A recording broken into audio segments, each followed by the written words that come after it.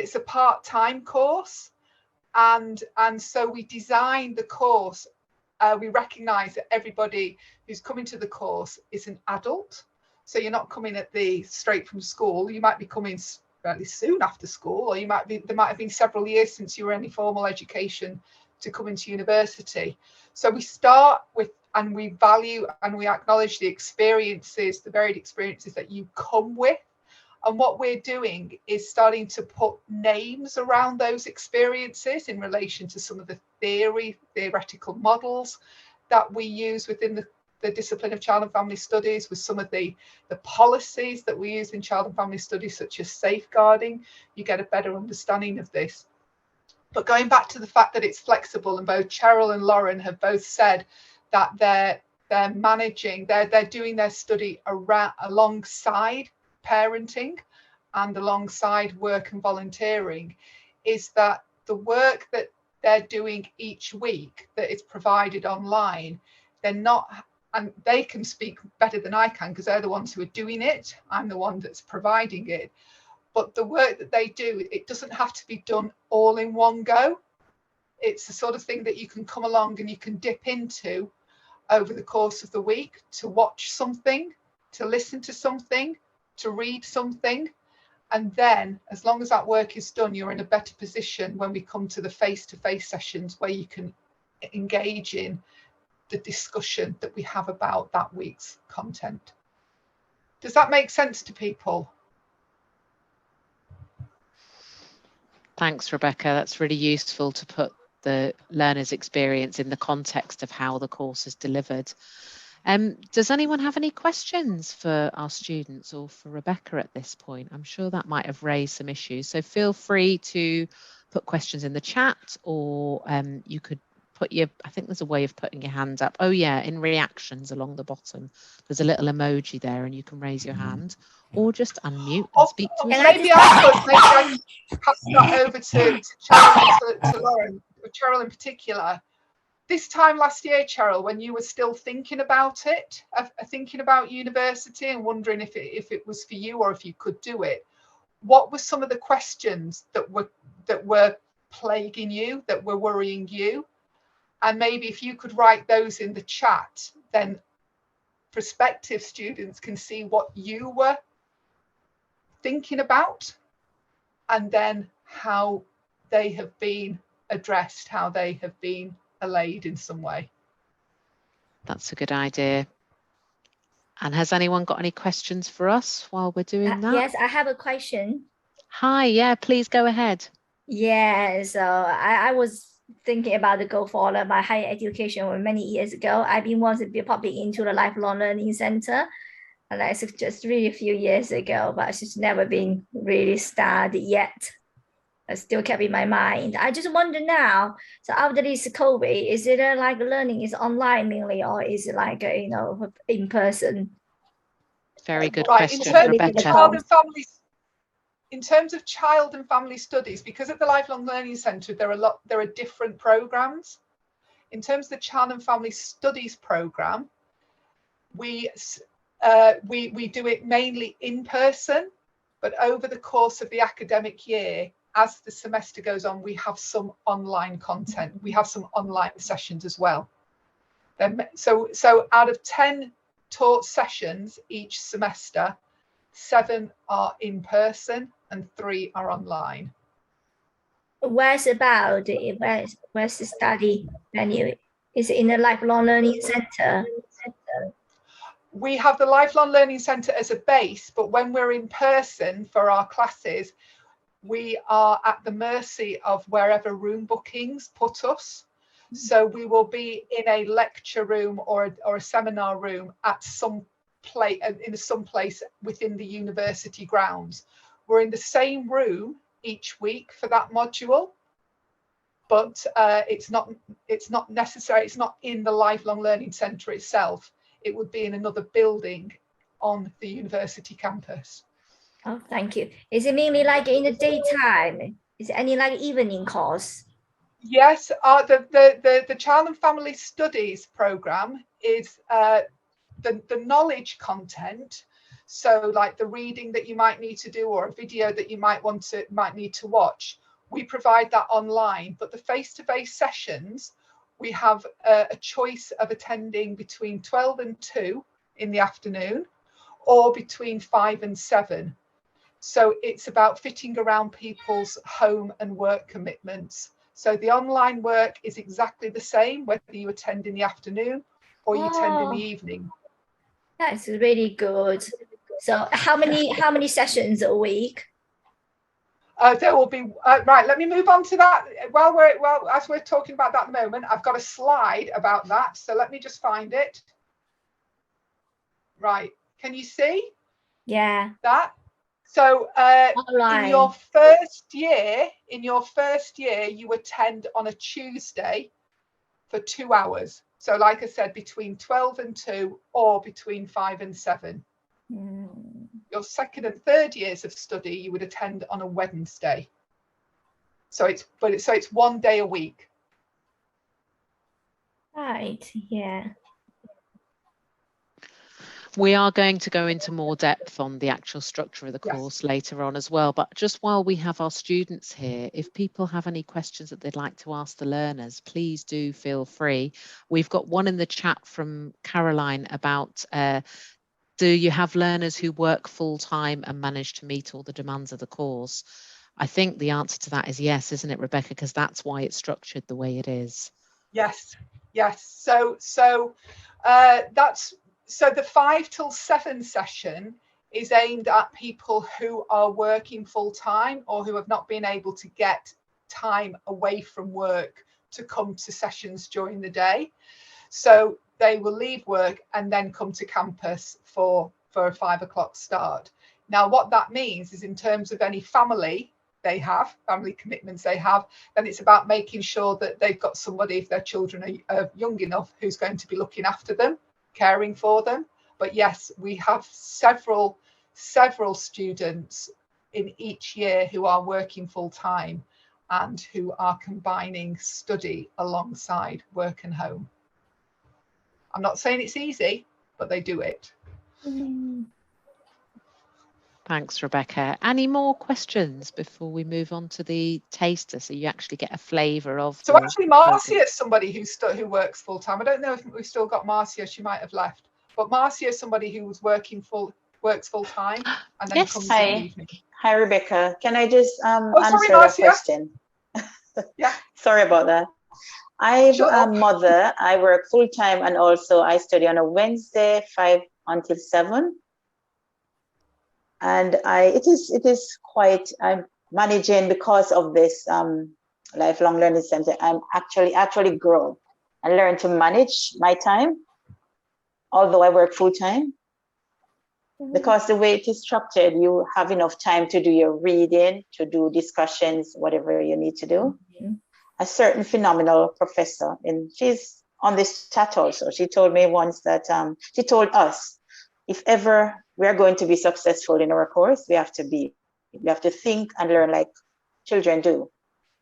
And also, we have this is our fair chance in life to improve our life chances. So based on that, I just that is a reminder to me and to other students also that you have to seize the opportunity to improve your life chances. Whether you work full-time or part-time, you have to put the hours in. Just try and make sure you are giving it your all. And no one is ever too academic. Academical. Sorry. I just saw that question. So that is just my take on it. You're never too academical. Because I was like, I've never completed anything in my life until I went to Long Life Learning Center. And it was just amazing just to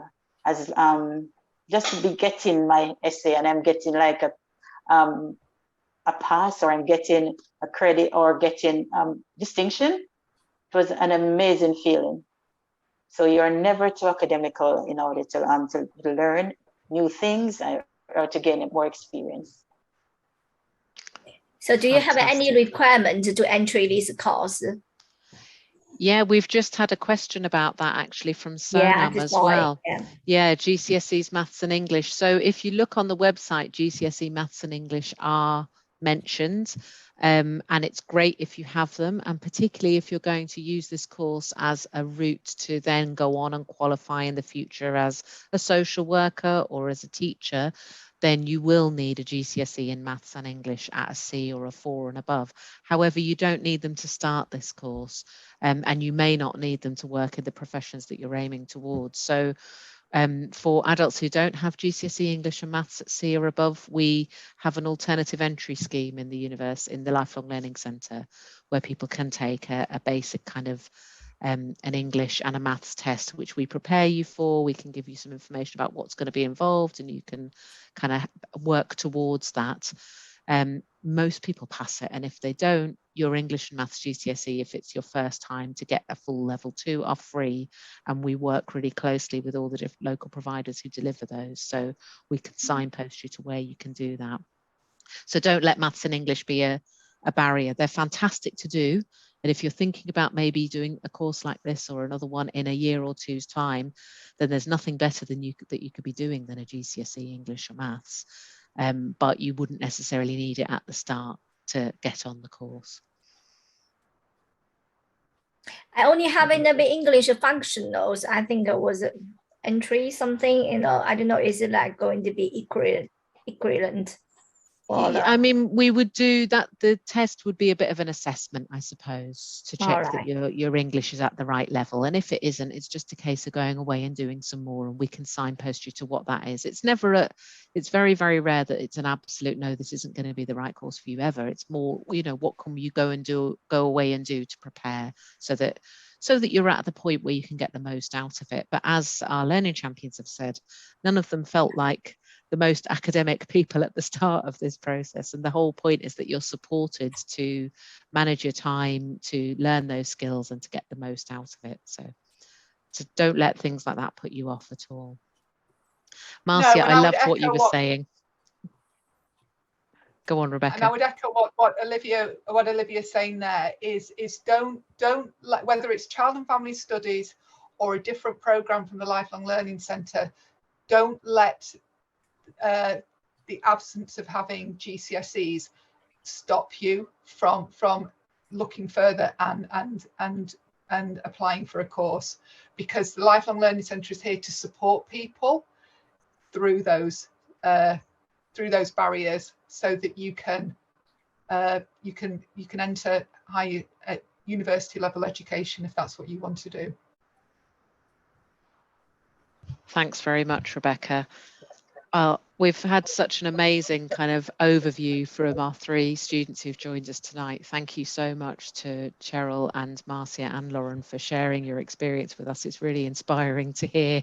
You've all got such different circumstances, but you're all managing it so fantastically, and it's great that you want to, with your really busy lives, share a bit of your time to pass that on to others. So you're very, very welcome to stay with us until 7 o'clock. But also, if you need to go and have your tea or cook tea for someone else, then you're welcome to leave. So thank you again to all our students. Thank you for having joining me. us. Thank you, Marcia. All the best, everyone. Thank you. All the best. Thanks, Lauren. Enjoy your all the evening. best. See you later. Bye. See ya. Bye, Take care. everyone. So over to you now, Rebecca. I don't know if we've got time to give a quick flavour of the course, or do you just want to do an overview? What will be most useful at this point? I'll do a very brief overview. I see that Cheryl's been able to stay, which is great. And this is something that in the child development module, which Cheryl is currently studying along with, as is Lauren, as first years, is one of the areas that we start to look about and think about is play. So I'm just going to very quickly ask you what it says on the, can you see the screen? Can you see the slide? Is when you hear the word play, what thoughts, what images, what pictures come to mind? There's no right or wrong answer. I'm just intrigued to hear from each of you what. So Sonam, you say it means games, discovery, something fun. Having fun. Yeah. Yeah. Yeah, so already in the space of a matter of seconds, we've got we've got learning, we've got discovery, we've got games, we've got having fun. Anything else?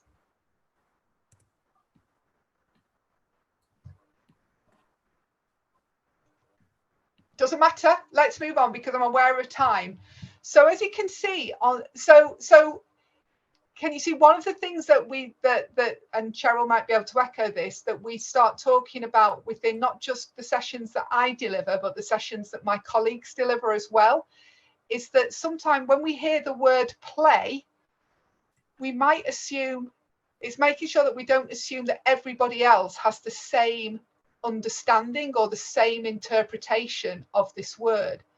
So as I can just see that illustrate in the last few seconds, the word play has already generated 4 different responses. And so that's one of the things about the way that this the discussions within our sessions have. It's about starting to see words, themes in a much wider context. So what I'm going to start with, and again, Cheryl and Lauren thought about this at the beginning of the child development module, is we've had having fun, games, discovery and learning. Peekaboo. How many of you heard of peekaboo? If you've had your own children, have you played peekaboo with them? If you work with children, do you play peekaboo with them? Yeah? Yeah? So peekaboo, tell me about it. What are your thoughts about it? What do children get from playing peekaboo? What do you think?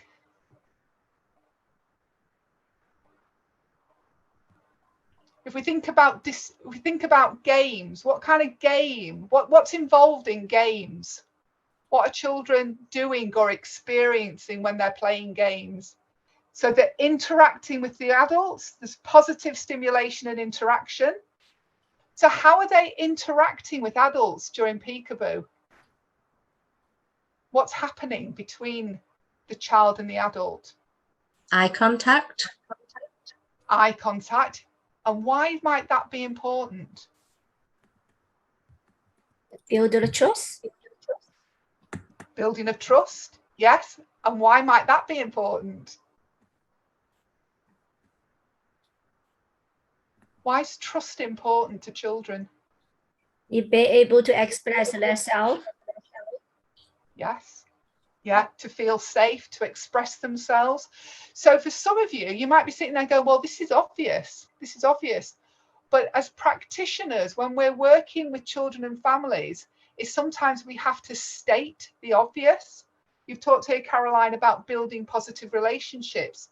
Now, in one of future modules, you'll be thinking about, well, actually, how do we build positive relationships? What do I bring to this process of building positive relationships? But going back to peekaboo, all of the things that you've just said there are happening in that game of peekaboo.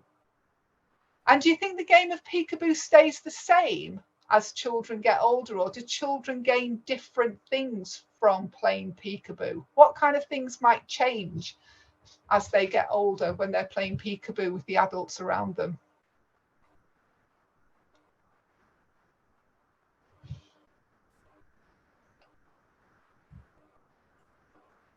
They can predict what will happen. Ah, that's very good.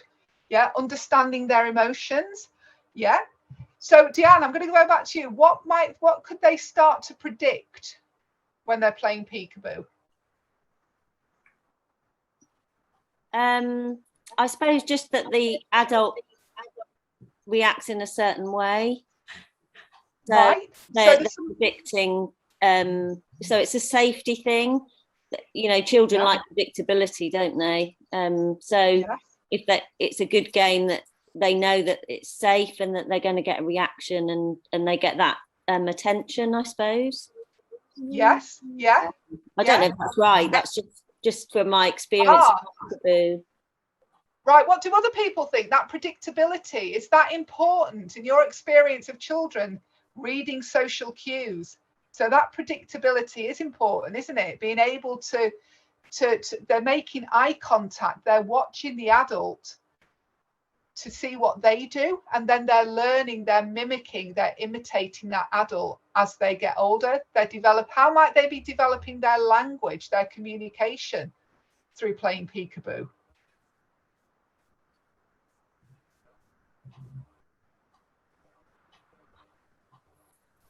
They might repeat some of the words that you say, like I see or boo. Yeah. But one of the things that we think about in the child development module is actually those words that you've just said there, the words like, you know, I see or boo, don't happen straight away.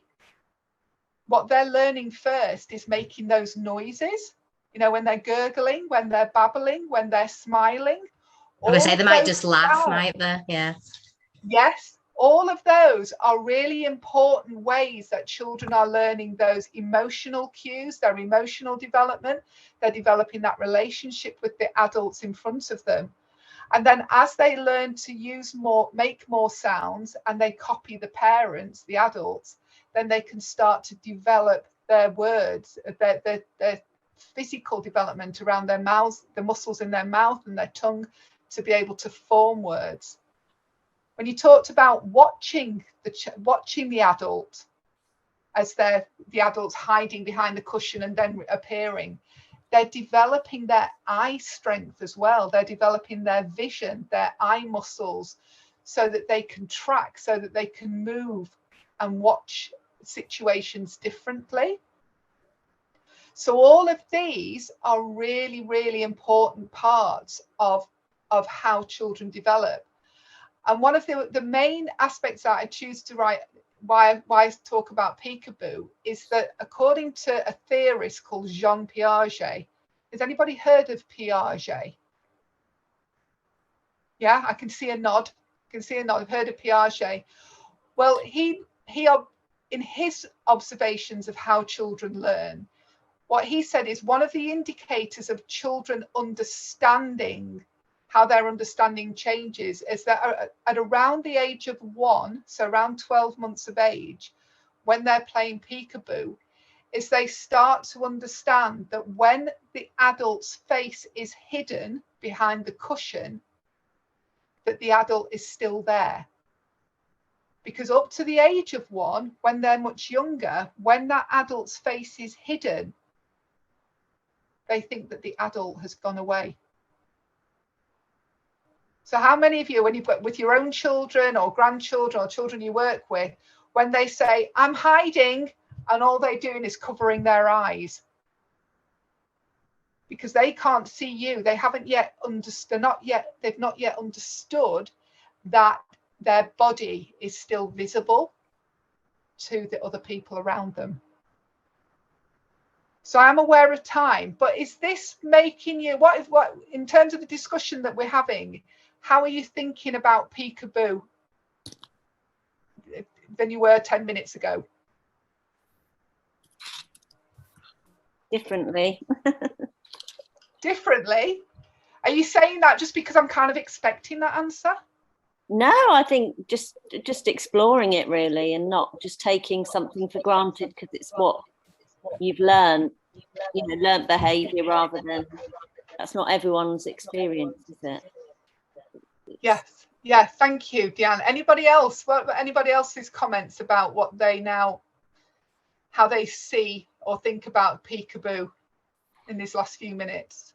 I just have my personal experience when I played hiding with my children when they was little. I really totally agree when you say that you are hiding. That means like a parent just disappeared, gone away. I had a quite funny experiences when we playing hiding. Then my children 999. Yes. They called the police. They saw them absolutely go away. Okay. Yes. Yeah. And maybe one of the I hope maybe Cheryl will agree or has got something else to say here. But maybe one of the things too that within the child development module that people might start to identify is often games such as peekaboo we just take for granted. We just go, oh, it's just peekaboo. They're just, you know, we're just hiding behind a cushion. But we're not taking a step back and going, all of these things that we take for granted and maybe dismiss or don't give any status to are actually really, really, really fundamentally important building blocks in terms of children's overall development. People have talked about emotional development, you've talked about social skills, you've talked about interactions with other people. All of those aspects are hugely important to how that child develops. So I'm aware it's 7:15 already, so I'm going to skip along to the next slide. Well, what I'll say is I'll just go back to the slide here, and if you see at the bottom of the slide, there's the names Adams and Jessamine. Rebecca, sorry, could you just do slideshow, because we can't see the full quotes in this view. Oh, right, sorry, okay. That's all right, cheers. Is that better? Yeah, that's much better, thank you. Oh, and by the way, if everyone's images are down the right hand side, you can just click on them and move them around. So if you want to read something and the images are in the way, just shift them about.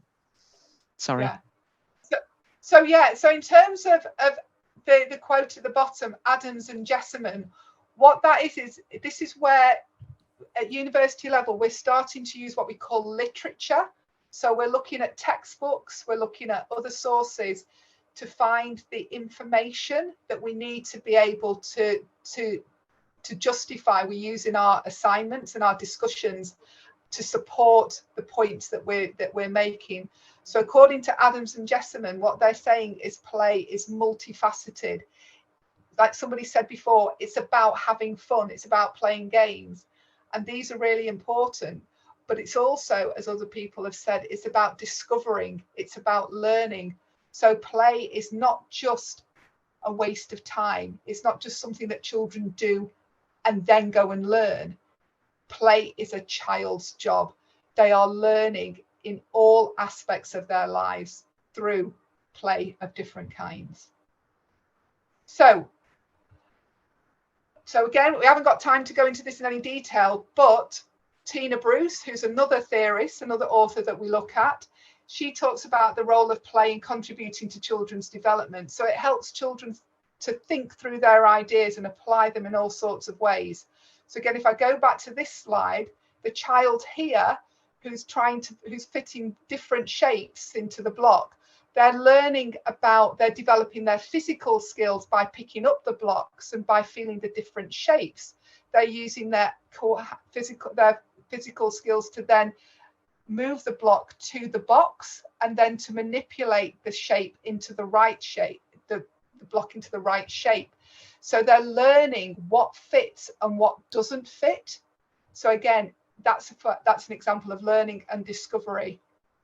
They're exploring, they're managing, they're dealing with, they're controlling their feelings. So again, peekaboo, if parents don't, the adults stay behind the cushion too long, for a very young child, that might cause them distress because they don't know that the parent is still there. All they know is that their safe person has disappeared, and that can cause them some anxiety.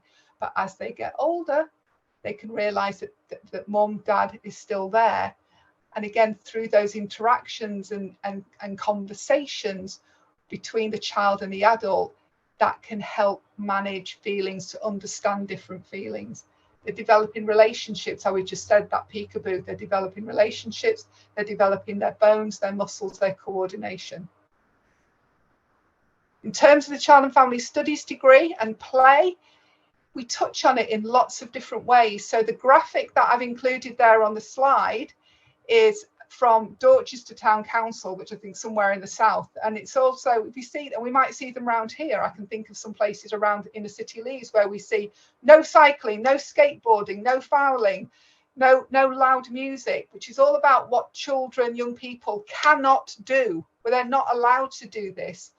Whereas if we restructure, reframe play, and we think about it in terms of children's agency, so a child's agency, they should be having agency from very young age. It's where they're involved in being able to make decisions. So young children can make decisions, which might include being able to dress themselves, even if the parent doesn't want them to do it. If they don't learn how to dress themselves or don't choose the clothes that they want to wear, then we might be denying them their agency. The United Nations Convention on the Rights of the Child sets out different articles that should be applied to children in every country.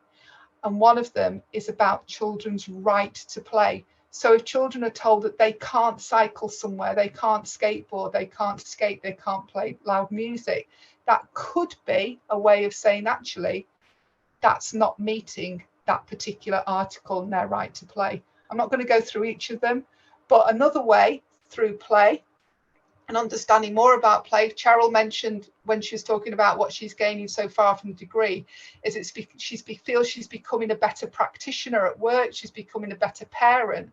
And one of those might be the ways in which she's using her knowledge to observe children differently, to understand what they're doing differently. And that then helps her in what she's doing with them, a child at a time, or maybe planning different activities for them. And if we understand play differently, if we start to enter children's worlds through their play, through observing their play, through engaging in their play, then we start to get an insight to how they see, how they understand, how they experience the world, not just from our perspective as adults, but from their perspective.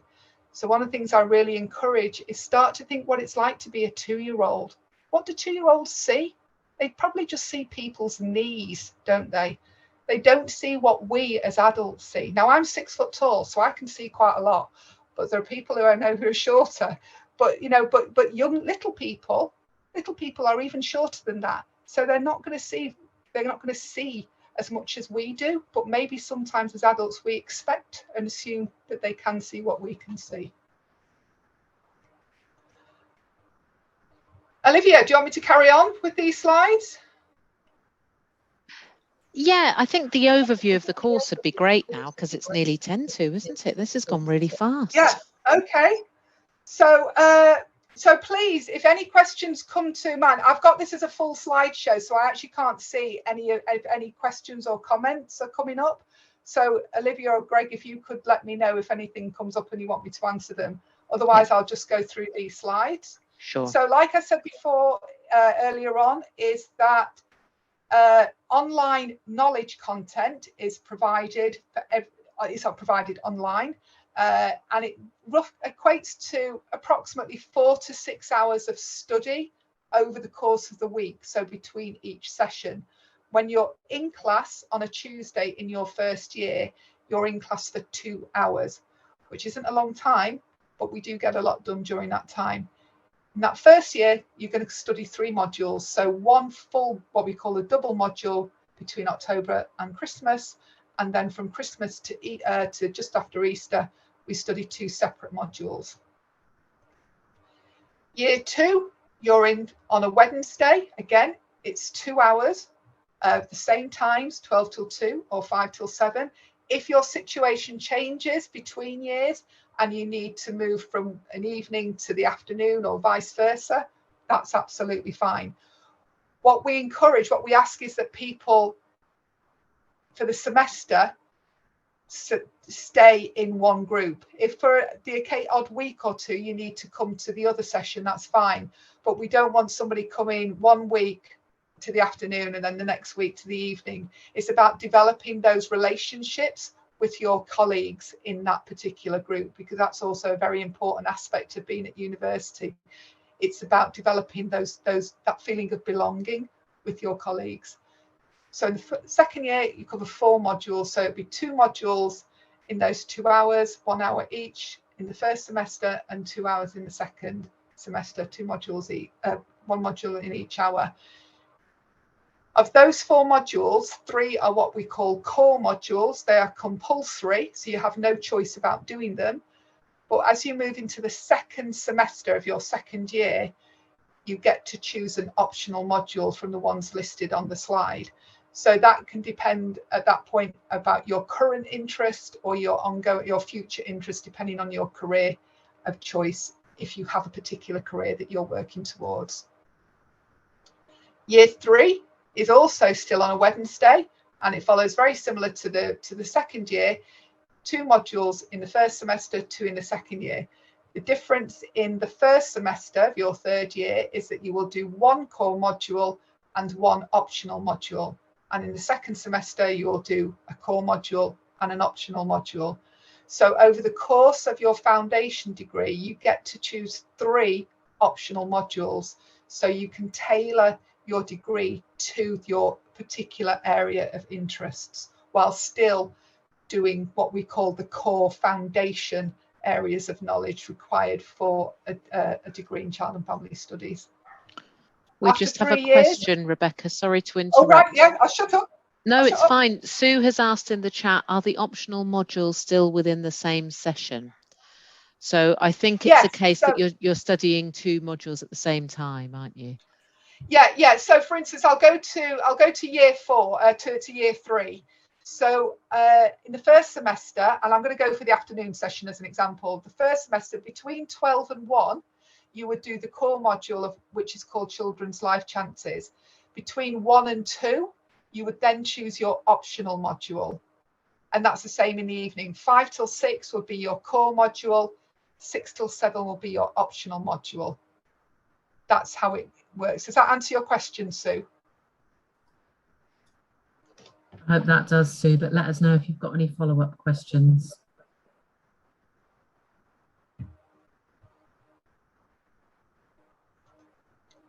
Okay, I'll just move on to, so after 3 years, remember you'll get what we call a foundation degree, and that's a level 5, isn't it? Yes. So if you want to stay on and for 2 more years of study, you'll come back on a Thursday, and the first year will be 4 taught modules over the course of 1 academic year. So mirrors what's happened in the first 3 years, 2 modules in the first semester, 2 in the second semester. And those modules are building you up to the 5th and final year of study for the Child and Family Studies degree, where you do a dissertation of between 10,000 and 12,000 words, and you do it all on your own. So you're not doing it alongside, well, all your other colleagues are doing dissertations, but you're all doing it on a topic of your own particular interest.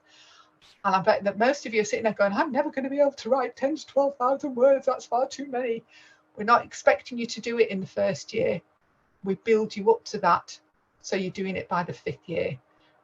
So don't be letting that put you off either. And a dissertation is also an opportunity for you to really look at and explore in more detail an area of practice that is really of interest to you. So I'm supervising somebody who works in a children's centre and wants to look at what practitioners understand by play. What does play mean? So it goes back to the beginning of the session when I asked, what does play mean to you? It's about making sure that we don't assume that everybody has the same understanding of what this word means as we do. We've got to find out what people's different thoughts are, where they overlap and where they're different. What do students do with a degree in Child and Family Studies? Well, like Lauren and Cheryl have said, it's during the course that they are working, whether it's a paid or a volunteering role. And we ask people to be in some sort of workplace environment over the course of a degree, because it's what we call an applied degree. So Cheryl's coming in, she's doing the work for each week for the module, but then she's going into the workplace or back at home, and she's using that new knowledge, that new information to just watch, to observe, to understand children's worlds, to understand families' worlds in a different way. And then she brings that new insight back to the discussions in the sessions or to her own learning journals to start to work out how she's seeing the world differently. During the course of the degree, people might get promoted, might apply for a new job with a promotion. At the end of it, they might move into professional training such as social work or teaching. So if you were to go into social work or teaching, because it's a professional qualification, you will need to have on current requirements GCSE in maths and English. But again, you would get support and guidance for that at some point. People change career paths. So some people move from being in a teaching assistant role in a school to maybe in a more family support pastoral role. So there are lots of different options out there. And if I'm speaking too quickly, please say. And I'm going to pass over now, because finance in the cake of education, of Lifelong Learning Centre and everything, the slice of cake that doesn't belong to me is around student finance. So I'm handing that over. Thanks, Rebecca. I'm aware that we are overrunning slightly, so I've just put a message in the chat. It's not your fault. I totally understand if anyone needs to go now. Thank you very much for joining us. I hope it's been useful, Dina, and anyone else who needs to leave us. But for those of you who want to stay just for 5 or 10 minutes so we can pick up any questions, please do. Just to say about the student finance, if you haven't encountered this before, a bit like the maths and English, don't let it put you off, because yes, there are fees for higher education, but it doesn't mean that you have to have the money to pay up front. So you don't pay cash to go to university as long as you're personally eligible, and we can work out with you whether you're eligible. And it's quite simple based on if you've already got a UK degree, you might not be eligible, but if you've not had that opportunity, you probably are, as long as you meet certain residency status in the UK, and we can advise you on that. Then you get a loan from the government to pay your fees, and you don't need to start paying that back at the moment until you're earning £27,000 a year. You as an individual have to earn that. From 2023, that threshold's going to drop down to £25,000 a year. So it's a bit lower, but it's still a good starting wage for a graduate role. The repayments are very affordable. So it's about £30 a month that's taken out of your wage when you're earning about 30 grand a year. So it's not at an unaffordable amount, those repayments. That's not secured against your home. It's not passed on to your children or your family or anything like that. And you can also get loans for living costs. So the rule of thumb is the lower your income, the higher the maintenance loan you can get to help you just with the cost of study. And things vary a little bit depending on whether you're part-time or full-time. So we can book you an advice and guidance appointment. We'll put the link in the follow-up email that will also have the slides from tonight. If you want to book an appointment, thank you, Rebecca, to have a chat with Denise or Mohammed, our guidance advisors. They can work out exactly what your situation is with, if you've got children, if you're paying rent or a mortgage, if you've got a partner or you haven't, what you might be entitled to and what might work best for you in terms of full-time or part-time study, because the financial situation is a little bit different. Another option just to mention, if you have your guidance and then you find out that full-time is actually going to suit you better, because a full-time course isn't like a full-time job. You wouldn't be in uni 35, 40 hours a week. You might only have 8 hours taught. Then there is a pathway through. We have a full-time degree for mature students in the Lifelong Learning Centre called Professional Studies, and you can actually do a specialist pathway on child and family studies through that. So that can be really useful to know as well. So just thank you, Greg. Greg has put the link to the student finance session in the chat. You've saved me a job there. We've got a session coming up on the 5th of April where our colleagues John and Paul will go into a lot more depth about student finance and be able to answer more detailed questions. So please do book onto that. It's just a 1-hour evening online session like tonight, and I'm sure they will actually stick to an hour.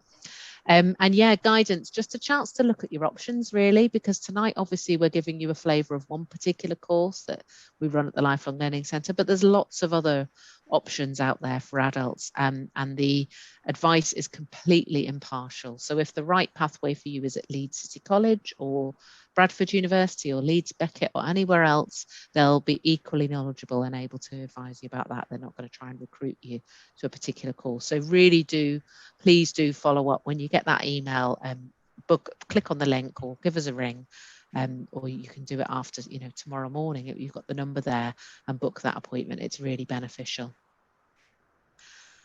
I think we've also got a session coming up, which I'll post a link to in the chat for studying as a mature student later this month. So I'll put information about that in the chat in case anyone wants to get a bit more of a sense of what it's like to study as an adult, but hopefully you've got a bit of a sense of that tonight. Has anyone got any questions for Rebecca or for me or for Cheryl before we finish off? Now's your chance. Please do put them in the chat or speak to us. Hi. Hi. I've got my interview tomorrow. Good luck. Oh, with me? With me? I don't know. Oh, Is it with Suzanne? you? Yes. Yes, Suzanne. I'm going to be talking to you Okay. at 2 o'clock tomorrow. Okay. Is there anything It's that very informal. is there anything that I really need to know? No, just bring yourself. Bring yourself. Don't be worrying. It's really informal. We interview everybody who applies for the course, and it's so that you can meet us and we can meet you. Okay. And we just talk through about you know, your motivations, your reason for applying, and have you thought about how you're going to fit studying in alongside all of your other commitments and demands on your time. Okay. It's not. It sounds scary, and you probably will be anxious tomorrow because it means something to you and your nerve. But please come. It might just be me, Nathan, who's the program manager, hopes to be there, but he's having internet problems at home, so it might be just you and me. But it's very informal, so please try not to worry. Cheryl can vouch for that. Cheryl, I interviewed last year, didn't I? Yeah, definitely. It's just a friendly chat. It's not scary at all. No matter how fast your heart's going at the beginning, by the end, you'll be completely calm. Okay, thank you. I look forward to meeting you tomorrow, Suzanne. You too. Thank you. Yeah, just think of it. You're interviewing them as much as they're interviewing you. It's about you having a chance to figure out that it's the right path for you, isn't it? Like tonight is. And Suzanne, just on that note, if any questions between now and tomorrow come to mind, just make a note of them and ask me them tomorrow. Okay. Okay. Yeah, thank you. Oh, you're very welcome. Any more questions from anyone? Thank you very much, Greg, for putting the booking link for the studying as a mature student session also in the chat. That's on Tuesday the 29th of March. Again, it's just an hour on Zoom in an evening. And yeah, you will get all of this in the follow-up email, so you don't need to click on it all and remember now, but just to prompt. Any more questions before we wrap up this evening? Can I ask when the course starts, and is there a cut-off date to when we can submit applications? And also, if we were interested in starting, I assume it's September, is there a cut-off date for applying for student finance, that side of things? That's a very good question, Caroline. Because it's a part-time course, you don't come through the UCAS system that full-time students come through, where most people try and get their applications in by the first deadline in January. So you can, in theory, apply right up to and throughout the summer. But I know one of the students did mention Kickstart earlier on, because remember I said at the beginning, the Lifelong Learning Centre is set up to support all the mature students who come into the university. If you're coming to do a Lifelong Learning Centre programme like Child and Family Studies, we have a programme called Kickstart that we ask you to take part in during, well, we run them from, I think, May onwards, and we run maybe one a month all through the summer. And it just helps you to brush up your academic skills and really prepare for university. We can also help support you to sort your student finance out. We have had cases in the past where people have left it until end of August, beginning of September to apply for a course, and then it's a lot more stressful for you because you're starting maybe before you've got your student finance in place, and there's a lot more work to kind of get all that in place. So we would always say, apply if you're thinking about it. Thank you, Greg. You can request an application pack using this form at any point. And that doesn't mean that you have to apply. You can apply and then say, actually, I'm not going to do it this year. Can I put my application on hold and come back next year? Or I've changed my mind. Someone tell me about Kickstart. Cheryl, you've experienced it, and Sue as well, by the sounds of it. Tell us how you benefited from that. It gives you the chance to practice doing the essays. It just sort of gets you ready for doing the skills that you need for the course. Yeah, it gets your mind in the right place really, and gets to practice things, and then things that you do, if you realise you're struggling with a certain thing, you practice it before you're actually starting your course. Exactly. Thanks very much, Cheryl. So even if you decide to go straight onto a program like this and you don't do something like preparation for higher education that Lauren mentioned earlier, that extra year, you've still got Kickstart as a kind of quick brush up your skills and build your confidence before you get going. So yeah, long way of saying, if you're thinking about it, apply as soon as you can, because you can always withdraw your application, but at least we can support you through the process. Any more questions or anything to add, people? No? Okay, well, I'd just like to say thank you so much to all of the students who joined us here tonight. Thanks to Rebecca for doing a fantastic session and giving us a really good flavour of the programme, and to Greg for being very quick off the mark with all those links in the background. Most of all, thank you to all of you, because I know you probably have very, very busy lives and you're balancing plenty at the moment. So we're really grateful to you for giving up some of your time this evening to come and find out more about the programme. And if you have any questions, you'll get that follow-up email with links to all those events, details of the guidance service. Please do book an appointment and follow up any questions that you might have in the guidance service. And yeah, if you want to go ahead and apply, then you'll be having an informal chat with Rebecca at some point in the next couple of months. So thank you very much for joining us. Anything to add, Rebecca? No, as Olivia said, if you're thinking about it, it's better to get the application form in. If circumstances change, or you feel that you don't want to start this yet, this forthcoming academic year, you can defer. But if you're thinking about it, that probably means that you're ready to do it, and you're putting barriers in place. Sometimes we just have to jump. What is the worst that can happen? What's the worst that can happen? You can just withdraw from it. But if you don't make that jump, then you might always be wondering, what if? So I agree with that, Rebecca. Very good advice. So thank you, everyone. I hope that's clarified your thinking. I hope it has been useful. Please do get in touch if you've got any questions at all after tonight, and hopefully you'll get some of them answered in the follow-up email as well. Thank you for joining us. Best of luck with your next steps. Thank you. Take care. Thank you.